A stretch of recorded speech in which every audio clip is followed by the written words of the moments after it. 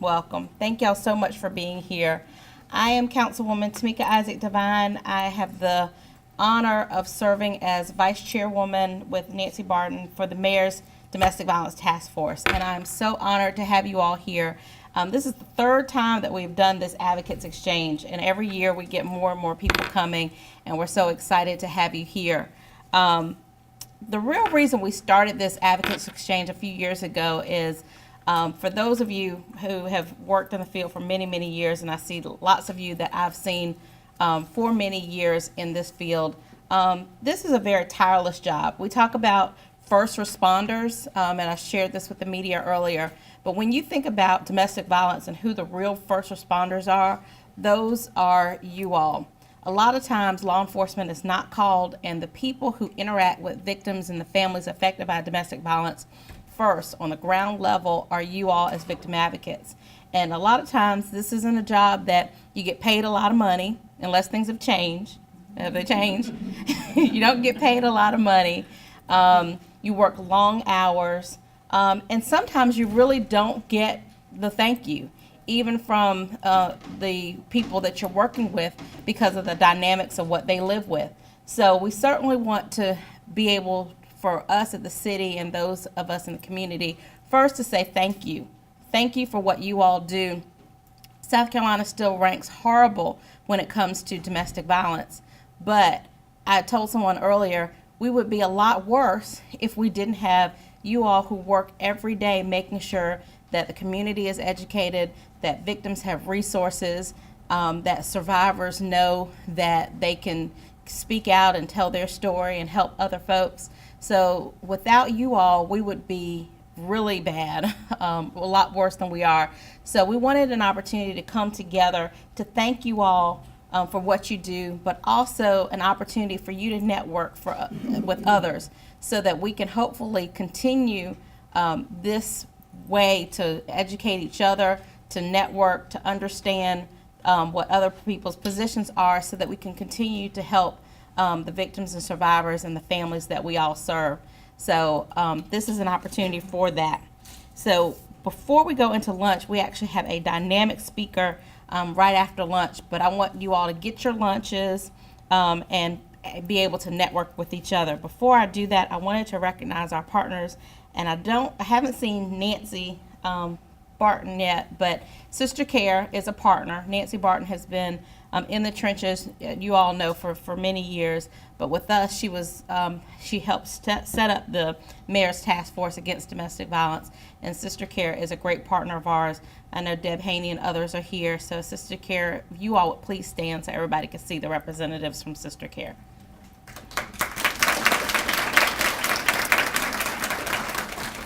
Thank you. And I think I saw Sarah come in from from Skevasa. Okay, Sarah is here. If you all and we've got all the representatives from Skevasa, if you all would please stand. Skevasa has always been a partner, and you all know Skevasa does statewide. So if you all have not had an opportunity to meet Sarah, because she's still fairly new in her position, please make sure that you meet Sarah before you leave today. And then we have Verizon Wireless, who is a partner, and I don't think that they're here. Oh, okay. Hey, how are you? Verizon Wireless, please stand. Do you have anybody else with you? Okay. If anyone wasn't able to come to the walk this Saturday, we had an extraordinary time. It was well attended, but we thank Verizon so much. Verizon donated $11,500 to Sister Care, and has also pledged that during the month of October, if you tweet or post all your social media, I'm not all that great on social media, but Facebook, Twitter, Instagram, all those other things, if you use the hashtag Voices Have Power, they will donate money to domestic violence services. So please, y'all, please remember to do that and share that with your networks. Again, it's hashtag Voices Have Power, and I'll repeat that again, but make sure that we're doing that. And so we can also show Verizon not only do we thank them for their commitment, but that we will continue making sure that all of our voices have power. So thank you, Verizon. So now, without further ado, I would like to get you all to get your lunch, and then we can network during there. And right after everybody gets their lunch and gets to eat a little bit, we will have a dynamic speaker. Representative Mia McLeod will come and bring us some words.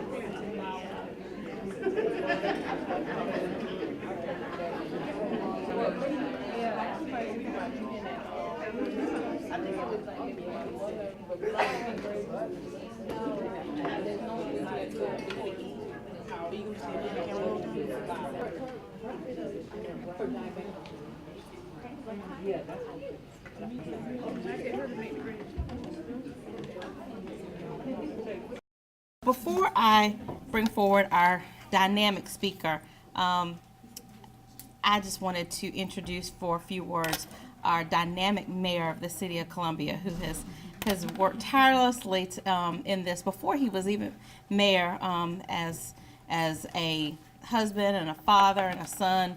He knows the importance of fighting domestic violence, and as the head of our largest law enforcement agency in the state department, Probation, Pardon, and Parole Services, he made sure that department took this issue very seriously. So I wanted Steve to come forward for a few words before we introduce Representative McLeod. So if you all would help me welcome our Mayor, Steve Benjamin.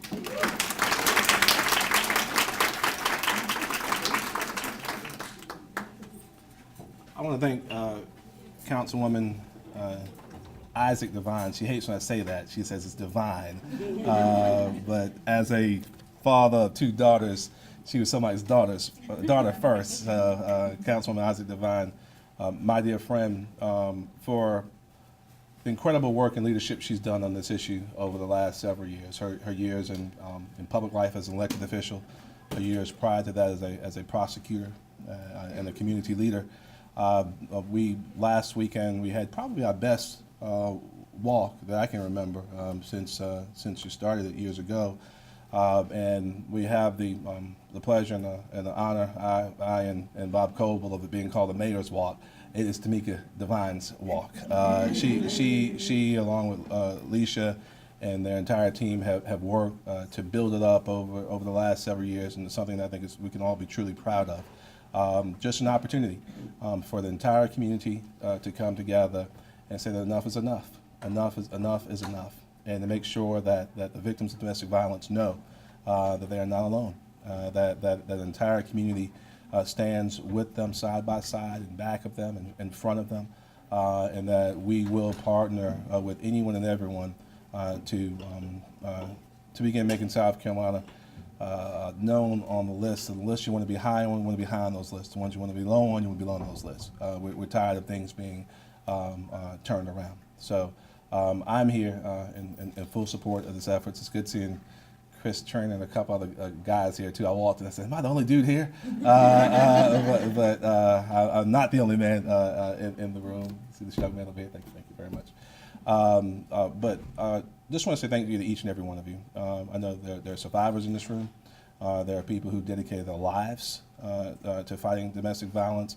It is not a glorious job.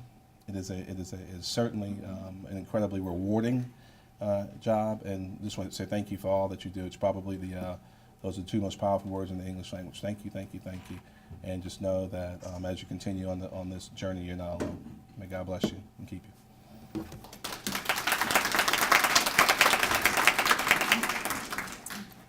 Thank you so much, Mayor Benjamin.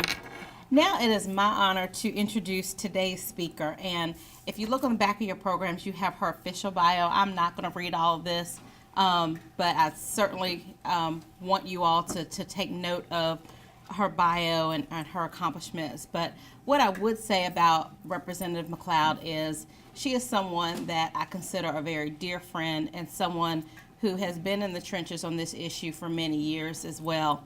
I remember my first job in this arena was as an assistant attorney general. I got that job in 1998 when the Attorney General's office received a Violence Against Women grant and started the Violence Against Women project over at the AG's office. The person who wrote that grant as Representative McLeod. She worked tirelessly to set up, which is now many, many years later, the Violence Against Women Department of the Attorney General's Office. And some of you saw the Silent Witness program last week. That was started under Mia's direction. Mia has worked very hard, not only as an Assistant Attorney General, but as the Director of the State Office of Victim Assistance under Governor Hodges, where she made sure that victims of domestic violence and sexual assault got the respect and the dignity and recognition from this state that they so deserve. After she left SOVA, Mia has worked in various capacities, but I will look at this for that, so make sure. In 2000, when were you elected? First elected? 10. Yeah. In 2010, she actually was elected to House District 79. And it's funny because if you know Mia and have known her for years, she's always worked as a tireless public servant, but most of us didn't necessarily expect her to take on the elected official hat. Mainly because she's a no-nonsense person, and I felt like probably being an elected official was someone that people with no nonsense probably don't want to do because they have to deal with a lot of nonsense. But we need those type of people in these positions, and Mia is still a no-nonsense person, and this state is so lucky to have her, because as a representative, if you are on her list and you get her emails and her blogs, you know that she tells it like it is, no matter who's on the other side, whether it's going to hurt feelings or not.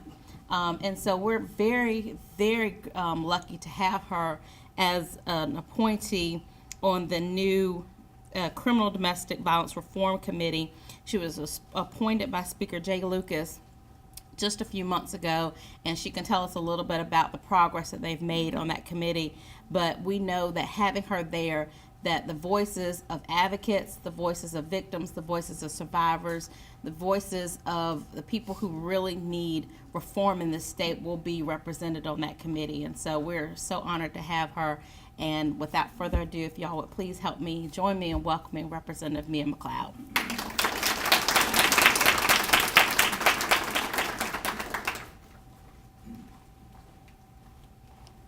Thank you, Councilwoman Devine. I won't make the faux pas that the mayor made.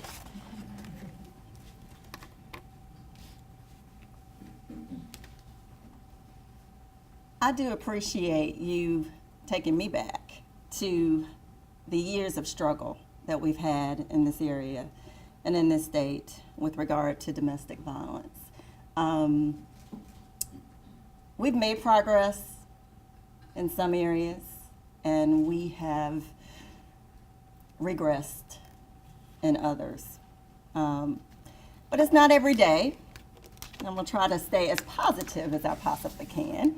And before I talk about the Criminal Domestic Violence Reform Committee's efforts, which are very encouraging, because for the first time in a long time, there seems to be a really meaningful effort to bring about change, positive change in this state. And so I'm encouraged by that. But it's not every day that I get to say thank you to the women and men who deal with one of the toughest, deadliest issues of our time. Not many people could do what you do every day. It's physically, mentally, and emotionally draining to witness the devastation and destruction that survivors of domestic violence and their families face. And what about those women, those men, and those children who don't survive it? You are the true heroes, each one of you, in your own right. You know what you're up against, and you do it anyway. Sometimes you can help, and sometimes you can't. But you keep trying. And you are making a difference in the lives of so many. You see firsthand the attitudes and inconsistencies across the state that keep us in the number 1 or the number 2 spots. And you're determined to make a difference anyway. You wonder whether it's more laws we need or more enforcement of the ones we have. and you continue to fight to save the ones you can, anyway. Before the NFL made domestic violence newsworthy, you were on the front lines of this fight.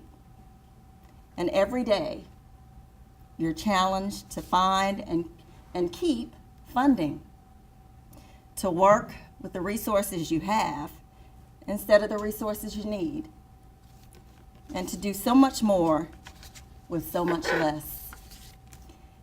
And in the meantime, politicians make promises that are politically expedient rather than practical, purposeful, or meaningful. And then another year passes, and we're number one again, or number two. And we realize that battered women aren't the only ones who get caught up in this vicious cycle. And you ask yourself, how many more silent witness programs will it take? How many more laws can we make? How many more guns can we allow perpetrators to legally carry? How many more orders of protection can we fail to enforce? For the first time in recent years, South Carolina has a real opportunity to change the culture of the state when it comes to domestic violence and so much more. New attitudes, better enforcement, new leadership, and real reform are what we need to begin to move our state in a better direction. And because of you, we're moving towards a day when domestic violence crimes like CDV Han and the brutal, senseless murders of our women, our men, and our children will elicit just as much public outrage and criminal justice penalties that are just as swift and just as severe as those elicited by cruelty to animals in this state and across the nation. Because of you, orders of protection won't always be too hard for battered women to get and too easy for batterers to disregard. Because of you, we're going to break the silence and this vicious cycle of violence in this state. Because despite the number of domestic violence survivors and victims who are battered and bruised, it's the system and only the system that's broken. Remember that. It's the system and only the system that's broken. And like you, I won't stop fighting.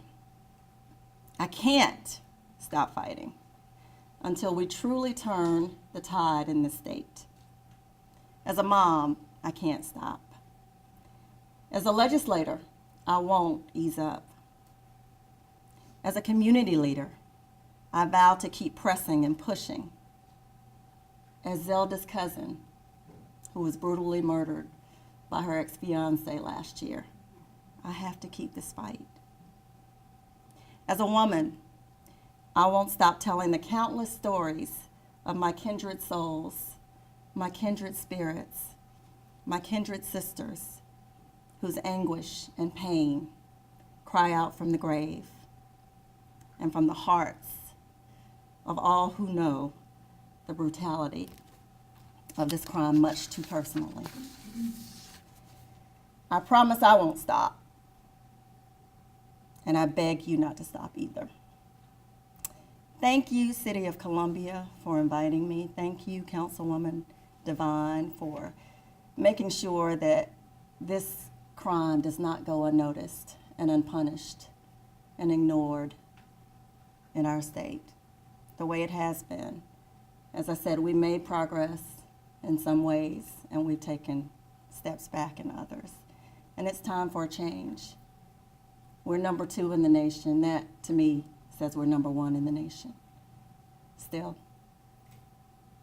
I worked in domestic violence for the first time in 1996 when we were number 1 in the nation. And as Councilwoman Devine talked about, you know, we worked under a grant to equip officers with cameras to establish a zero tolerance policy for domestic violence. to write protocols and curricula for law enforcement officers who were making dual arrests because they were frustrated about going to the homes of repeat offenders. And then over the years, with budget cuts and new administrations, new politicians, some of the laws have not been enforced, and definitely not consistently. Some of the resources that are available here in Richland County are not available in counties like my hometown, Marlborough County, and other rural counties where they're so desperately needed. So we have to change that. And I'm just here today to say thank you for all that you do, all that you continue to do against the odds, around the system, to save every man, every woman, every child. And I you know, we've gotten some flack in the past for always talking about the women. But in South Carolina, it's a known fact that women are brutally murdered far more than men in the state. We're not number one in the nation for domestic violence assaults. We're number one in the nation for women who are murdered. That's the difference. And in my cousin's case, her murder doesn't fall under the category of a criminal domestic violence incident, and that's exactly what it was. So our numbers aren't even real. They're actually bigger and greater than we even know. That has to change. And only you, only me, only we can change it. So I applaud you today for all that you do, all that you give, all of the heart-wrenching struggles that you have to endure as an advocate.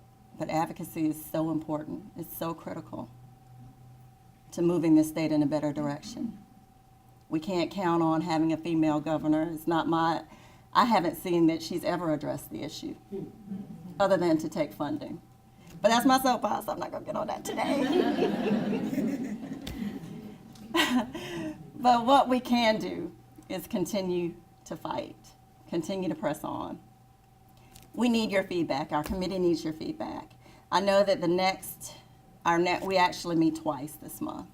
And all of the meetings that we've had so far, all of the hearings have been extremely enlightening, I think, for a lot of my colleagues. And what it says to me is that, you know, we're hearing from survivors, we're hearing from law enforcement, we're hearing from solicitors, we're hearing from advocates. But we're hearing the same stories, the same challenges, the same issues that we heard back in 1996 and 1997. There's not enough collaboration, not enough cooperation. And we wonder why we're number one. And I can't get with that number two thing. To me, that's just number one. Said differently, written differently, reported differently. But it's no different. So I encourage you to come out, to send folks out to our October 22nd meeting at the Block Building. I think it's room 110. And just give us your voice, give us your feedback. You know, we've heard from a lot of advocates. We've heard from everybody who has an interest in this issue. But your voice is so important because even though I'm well-versed on the issue and the cycle of that you guys are caught up in and that survivors are caught up in, my colleagues need to hear that. And they need to hear it over and over and over again because they are the ones that sometimes unknowingly and not intentionally are impeding the progress that we so desperately need to make in this state when it comes to domestic violence. So I encourage you to come. I think this October 22nd meeting, we will be taking input, feedback, testimony from the public. I just encourage you to keep up the fight. Hang in there, be encouraged, and know that you do have folks like Councilwoman Devine, Mayor Benjamin, me, and others speaking up and speaking out. Not just in October, because I got a problem with that. You know, I've run into Nancy Barton and so many of you so many times this month, and then I'll run into you again next October. That's the other cycle that we get caught up in. We want to talk about it 1 month out of 1 year when we're number one in the nation, basically. That's something that we need to fix. And until we fix that, until we just talk about it until people get tired of hearing about it, until we refuse to let go of the women and the men whose silhouettes we carry in October during the Silent Witness program, we're not going to make meaningful progress in this state. Thank you so much for having me.